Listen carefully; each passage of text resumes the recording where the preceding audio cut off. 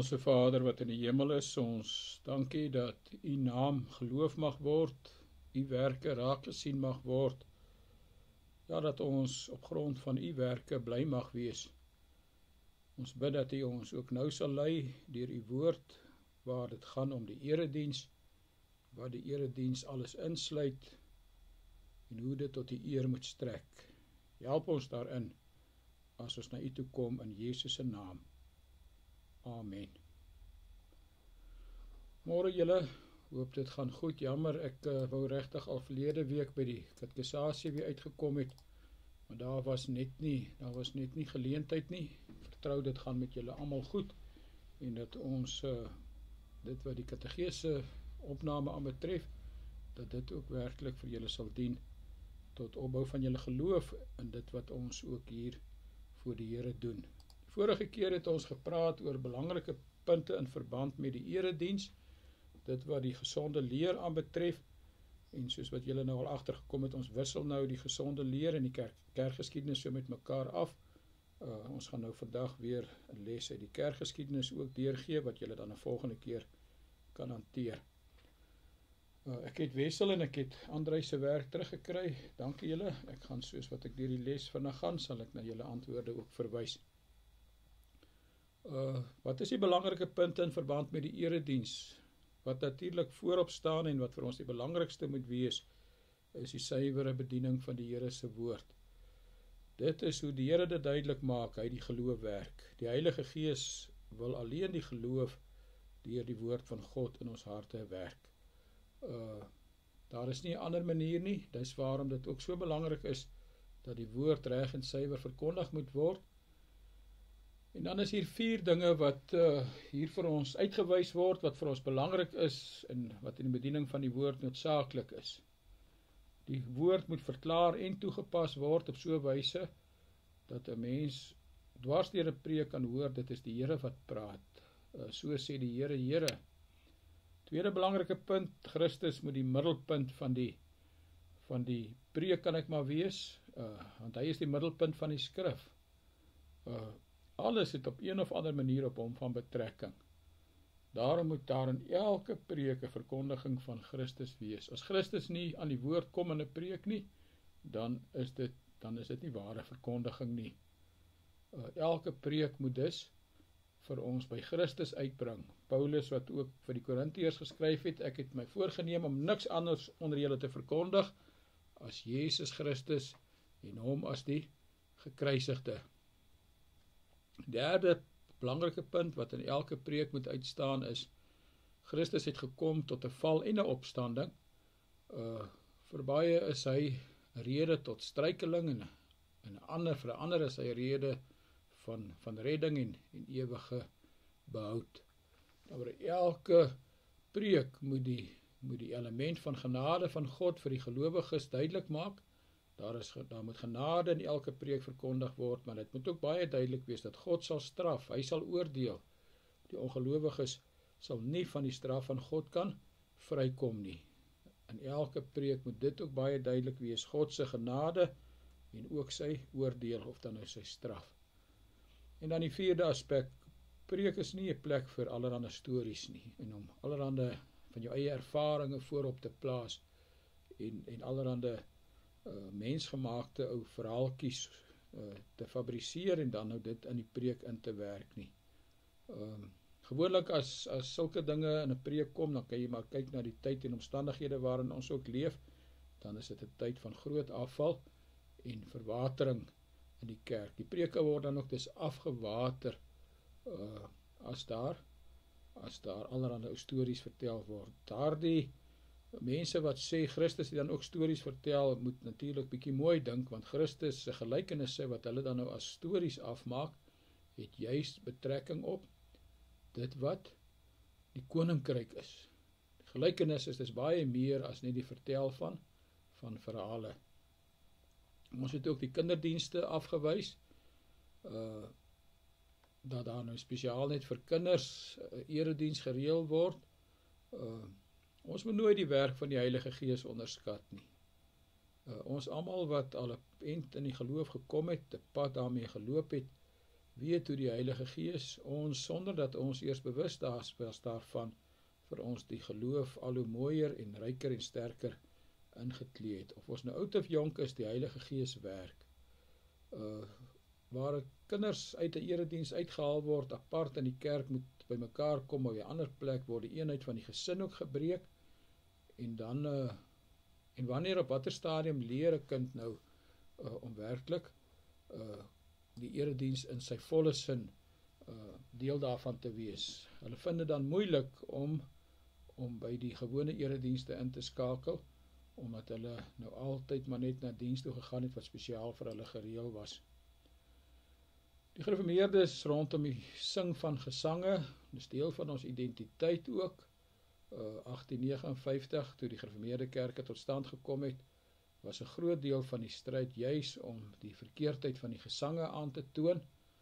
Nou nog moet ons verstaan hoekom ons nie gesange voor die psalms wil plaas nie, want die gesange het 'n menslike oorsprong.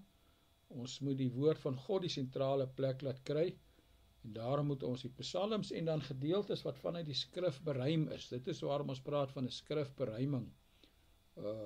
Alles wat dus 'n direkte goddelike oorsprong het, moet gesing word, in plaas van die gesange wat 'n menslike herkoms het. Ja, en dit kom nie sommer ook maar van 1859 af nie. Voor dit het Augustinus en natuurlik nou nog in die 16de eeu Calvin ook. Augustinus en Calvin het gesê dat niemand kan eintlik sing iets wat God nie vir ons vooraf gegee het nie. Ek kan dus nie iets sing wat God waardig is en dit wat van God self ontvang is nie. Met ander woorde, daar is nie betere liedere as die psalms nie. Die psalms van Dawid wat die Heilige Gees vir hom ingegee het, dis tog gemaak om te sing. As ons hulle sing, is ons seker dat God die woorde in ons mond lê, asof hy self in ons gesing het, om sy glorie te verhoog. Hoe mooi word dit hier net nie geskryf nie. Is ook nie nodig nie. Alles wat in die gesange staan, is in die psalms in elk geval vervat. En dit staan in elk geval duideliker en beter in die psalms as wat dit in 'n gesang na vore kan kom. Psalm 139 en gesang 47 handel albei oor die alomteenwoordigheid van God, maar kyk maar watter een is op die einde regtig die een wat jy kan sien dieper en ryker is. Dis tog Psalm 139. En dan is dit ook al bewys oor en oor dat waar gesange al meer gesing word die psalms al hoe minder gesing. Dit verdryf die psalms in die praktyk, en dis dan ook maar 'n al hoe meer verskywing weg van God se woord af. En die sing van die psalms gee die waarborg, ook die skrifberuimings, daarom moet skrifberuimings altyd goed getoets word. Die sing van die psalms en die skrifberuimings gee ook die waarborg van die suiwerheid van die kerklied. Ons lees deur die kerkgeskiedenis dat sektariese en ketterse groepe juis baie keer vanuit liedjies wat hulle gesing het tot stand gekom het. Daardie liedjies onbewustelik, maar tog in die agterkop, het dit 'n middel tot dwaalleer geword, is dit tot dwaalleer gepropageer. Daarom is dit die veiligste om liedere te sing waarvan die teks in die Bybel staan. Ons weet, daar is 'n moontlikheid dat die dwaalleer deur middel van die kerklied kan insluit tot 'n minimum, en daarom moet ons dit tot 'n minimum probeer beperk, aangesien die kerklied dan altyd aan die hand van die skrif gekontroleer en gekorrigeer kan word. Ja, dis tot 'n 5de rede hoekom ons die gesange afwys, vanweë die menslike oorsprong van die gesange kan daar onsuiverhede insluip, en is dit nodig dat dit ook van tyd tot tyd hersien moet word. Terwyl die psalms is ou goud, ons hoef hulle nie heeltyd te hersien nie. Ons het nou wel ook die kloete omdigtings, maar dit is nou 'n gesprek op sy eie. Daar's met die kloete omdigtings by myself en by baie ander gereformeerdes ook maar groot vrae, wat ek nie nou graag hier wil hanteer nie, maar ons bly by die psalms, so saaklik deur Tosius beruim, wat ons weet die toets van die tyd deurstaan het. Ook hoekom daar, nou ek sien, Andrei het geskryf, die kore kan tog ook heilige liedere sing. Nou Andrei, dit is wel waar, want ek dink die vraag was, Is dit reg as kore tydens 'n erediens optree? Ek wil hê jy moet tog maar net weer mooi na die antwoord gaan kyk. Jy sê ek dink dit is reg dat kore wil optree, want 'n koor kan ook heilige liedjies sing. Maar dan mis jy die hele punt van die psalms en die gesange, want die psalms is in 'n sekere sin dan meer heilig as die gesange of die liedjies waarvan jy praat. Ja, ek sien net die vorige paragraaf skryf hier, die sing van psalms en skrifberuiming is 'n waarborg vir die suiwerheid van die kerklied. En dan moet jy dit by hierdie laaste punt ook tog ook toepas, hoekom ons koorsang tydens eredienste afwys. Het gaan hier dus oor weer, wat is 'n erediens werklik? Is 'n ontmoeting van God met sy gemeente, en dit is staan in die vorm van 'n tweegesprek. Die Here praat met ons en ons antwoord die Here. Dit is wat ons bedoel met 'n tweegesprek. Die Here praat met ons deur die verkondiging van sy woord, en die gemeente antwoord daarop, en dit is onder andere deur ons gebede en die psalmsang. Met ander woorde, die koor kan nie namens en as mondstuk van die gemeente optree nie. Professor Johan Heyns het eintlik al, en dit is nou self iemand in die NG Kerk, het gesê, dit bots met die wese van die erediens. Gedeelte van die gemeente mag nie, en allermins in 'n kunsmatige en vooraf geoefende vorm, namens die hele gemeente antwoord. God spreek nie net 'n gedeelte aan nie, maar die ganse gemeente. En al kan ons dan nou nie altyd goed sing nie, op die einde gaan dit oor die hart, hoe die Here my hart kyk, hoe ek hom wil loof. En almal moet wil saam sing, al weet hulle sing dalk nie so mooi soos iemand anders nie, moet ons almal in die erediens saam sing. Ja, die koorsang in die Rooms-Katolieke Kerk het daartoe gelei dat die gemeente sang by die Roomse Kerk, en ons gaan nou vandag by die kerkgeskiedenis bietjie mooier stilstaan by die Roomse Kerk, maar hoe die gemeente sang heeltemal uitgeskakel is. En dan 'n ander probleem met die kore, dit gee eintlik aan 'n erediens later heeltemal 'n konsertatmosfeer, terwyl 'n erediens nie 'n voordrag is of 'n aanbieding of 'n konsert nie. Erediens is ontmoeting met die lewende God. Hier is die vraag wat ek vir julle gegee het, maar net so vinnig, dat was 5 vragies.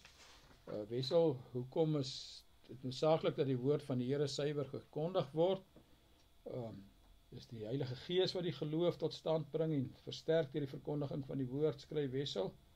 Noodsaaklik dat dit suiwer en reg verkondig moet word vir die suiwer bediening van die woord, is dan die volgende nodig, en dan het hy ook daai dinge presies soos wat ons dit in die boek het hy dit neergeskryf, en ek hoop jy verstaan dit alles, Wessel, dit wat jy hier geskryf het, hoe die woord suiwer verklaar en toegepas moet word, dat 'n mens dwars deur 'n preek kan sê, so sê die Here, Christus is die middelpunt van die skrif, hy het gekom as 'n val en 'n opstanding, vir sommige is hy 'n rots van struikeling en vir ander 'n rots van redding en behoud, en dan ook hoekom die vertel van verhale afgewys moet word.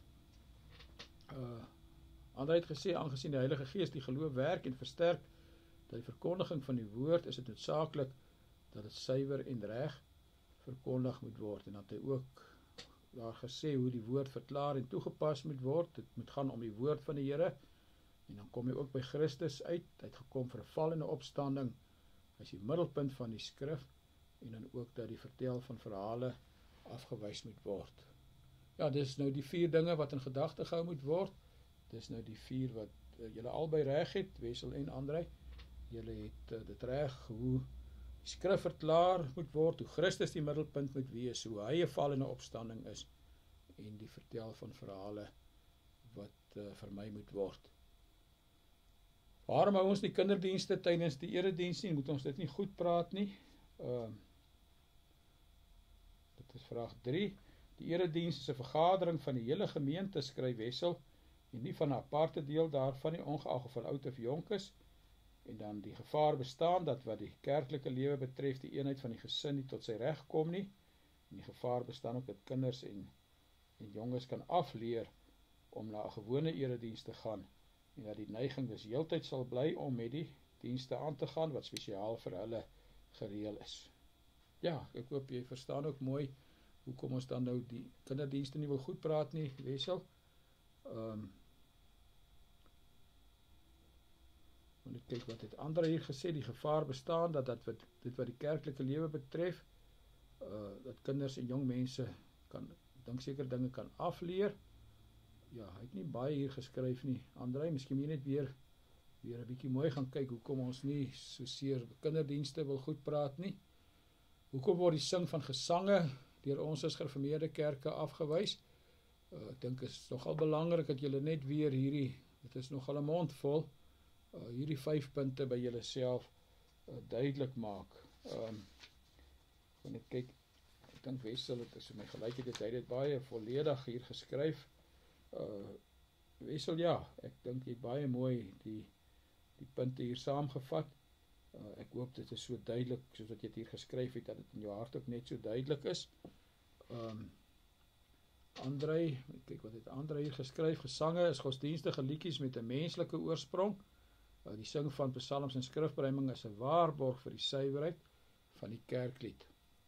Ja, as julle nou by die antwoorde kom, maar hierdie punt 3 rondom hoekom die gesange nie goed gepraat word nie. Wat is jou standpunt wanneer kore tydens die erediens wil optree? Ons het gesien, André was eerlik, hy het gesê kore kan maar daar wees, want hulle sing heilige liedjies, maar ek dink tog, ons moet mooi dink, André, hoekom, ek sê nie, daar is nie plek vir koorsang nie, natuurlik is daar plek vir koorsang, as mens na 'n konsert of 'n uitvoering toe wil gaan van 'n groot orkes en daar's kore, dan is dit mos nou baie mooi, maar tydens 'n erediens, dit gaan oor, hoekom hulle nie tydens 'n erediens moet optree nie. Baie dankie julle twee, die antwoorde, vir julle antwoorde. Ons begin dan nou met die kerkgeskiedenis, hoofstuk 6 of les 6. Ja, in die Romeinse kerk was nou die laaste tyd baie in die nuus, en dit is nou ook nou ironies dat ons ook nou by die Romeinse kerk hier uitkom. Julle het dalk op die radio gehoor, televisie gesien, hoe die vorige paus nou gesterf het, al 'n ou man, maar hulle glo mos die paus is die verteenwoordiger van God op aarde, en as die paus iets sê, dan is dit so gesagvol asof dit God is wat gepraat het. Hulle sê as die paus uit sy stoel praat, dan is dit God wat praat. Ons moet baie versigtig wees vir dit wat die Romeinse kerk regtig in baie opsigte valse kerk maak. Maar gaan maar hierdie les deur, want hierdie punte wat hier genoem word, is die punte wat wys hoe die Romeinse kerk regtig al hoe meer 'n valse kerk begin word het, tot ons kom by die reformatie van die 16de eeu, dan sal julle dit nou nog duideliker verstaan. Ons het in elk geval al van tevore ook daaroor gehandel, ons bevestig maar net die dinge wat ons reeds van tevore ook al gesê het.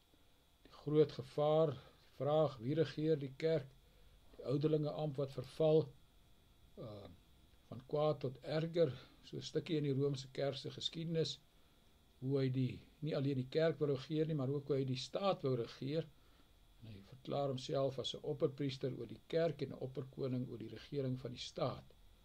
En dan misbruik hy teksverse soos Lukas 22, praat van die 2 swaarde. En dan nog verder, Rome teen Konstantinopel, keiser Konstantyn in die 4de eeu gaan woon in Konstantinopel, en daar het die biskop nie veel mag nie. Dit gee aan die paus van Rome die geleentheid om sy mag in die weste al hoe meer te laat geld.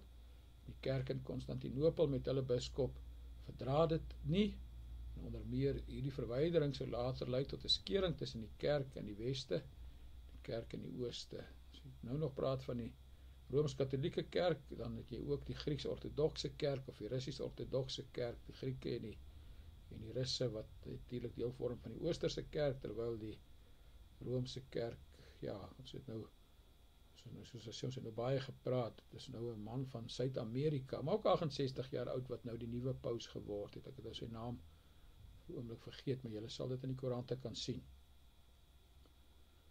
Ja, nou die groot vraag, watter een van die twee, terwyl ons sê nie een van die twee nie, 'n staatskerk of 'n kerkstaat, 'n staatskerk of 'n kerkstaat.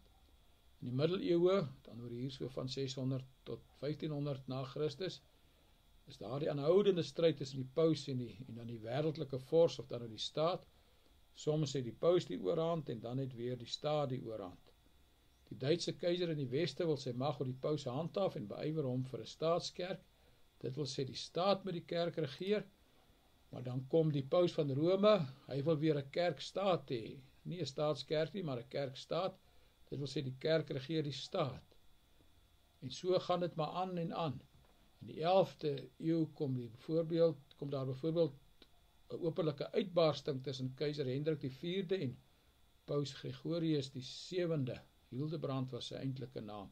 Ja, die paus van nou ook, dink hy noem homself paus Leo die 14de, dink ek is die paus wat nou, maar dit is name wat van tevore is, en dan noem hulle self op grond van die ou name van vroeëre pause. Dink is paus Leo die 14de, terwyl die paus wat nou oorlede is, ja, ek het nou sy naam vergeet, maar dit is hoe hulle het gewoonlik dan nou kerklike naam en 'n persoonlike naam. Ja, hoe die paus en die keiser dan nou eintlik belaglik teenoor mekaar opgetree het. Die keiser ontslaan die paus, en dan spreek die paus sy banvloek oor die keiser uit. En dan gaan die keiser en hy straf homself, hy bely sy skuld, hy gaan kaalvoet in die sneeu staan en wil nou sy skuld so bely, sy daar voor die paus se paleis is, en dan as die keiser hom vergewe, dan kom as die keiser weer vergewing ontvang, dan gaan hy weer terug en laat hy weer op sy beurt die paus vang. Dit is belaglikheid. Die hoogtepunt van die pauslike mag vind ons in die 13de eeu met paus Innocentius die derde. Nou dan is die kerk alreeds in baie, baie diep verval. Hier is die 11 vragies wat julle kan hanteer. Kom ons hier so middel Junie, wat so vinnig in die kalender probeer kyk, middel Junie, kom ons sê hier by die 17de Junie, kom ons probeer dan klaar wees, en dan hanteer ons hierdie les, met hierdie 11 vragies, wat julle dan ook dan moet antwoord. Baie dankie julle, seën en sterkte ook, mooi tyd verder.